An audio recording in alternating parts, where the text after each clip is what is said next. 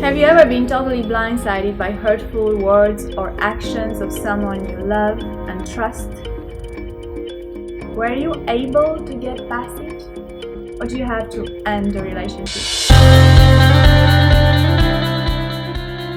Hi, I'm Diana, and if you were with me for part 1 of this topic, agape bonds, you know how my Christian worldview taught me an entirely different way to respond to such crises, rather than acting like this. I talked about the process of practicing agape love, forgiveness, and speak the truth in love, or the sandwich, where you confront only the action, words, attitude, while still loving the person. If you haven't already watched it, check it out. Now it's just the why we will be talking about. Why does this sandwich process work so well to restore broken relationships? Exploring the same resources mentioned last time, I managed to identify about 5 key ideas. First, and obviously because the process never attacks the person. It shows love to the person, unconditional, but it still addresses the problem. Some people make no distinction between the hurtful action or words and the individual, and wind up rejecting friends or neighbors, alienating family members, and so on. Second, and this seems often so ignored from what I noticed, it doesn't ignore the problem, it doesn't avoid confrontation. By avoiding a confrontation, we in effect are saying, my own comfort is more important than saving this relationship and resolving the problem. Healthy confrontations allow each party to express their feelings and understand what went wrong, in a way that doesn't minimize the behavior, especially if it involved abusive actions or words. Selfish behavior never leads to satisfying relationships, to the intimacy and love we all desire. One of the core Christian teachings is that choosing both revenge and or selfishness will always lead to brokenness, pain, and isolation. Third idea, indirectly, the speak the truth in love process allows us to honor ourselves and others by taking the time to process and by seeking first healing from God.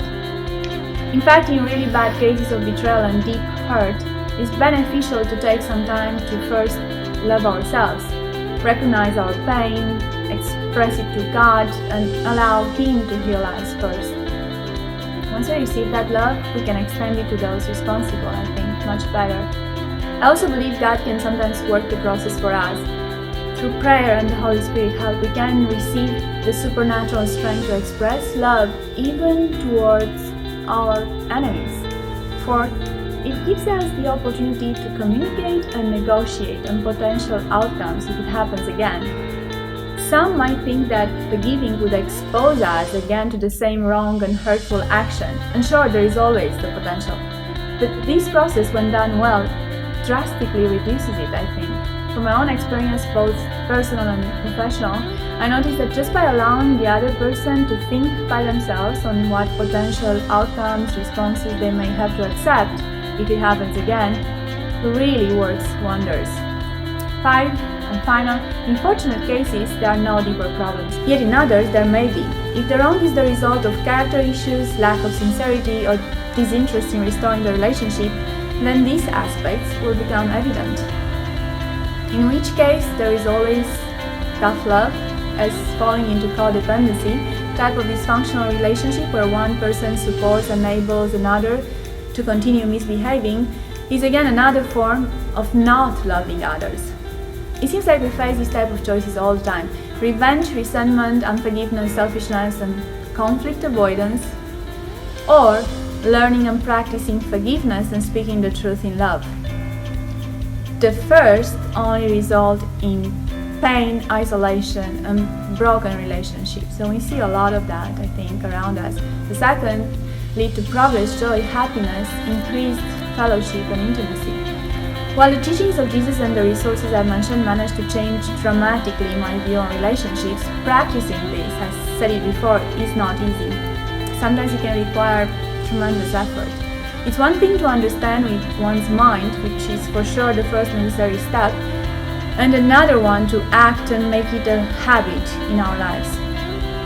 We all know from so many studies that relationships are key to our fulfillment, yet we may genuinely love someone and also know all the above, yet still be unable to practice this.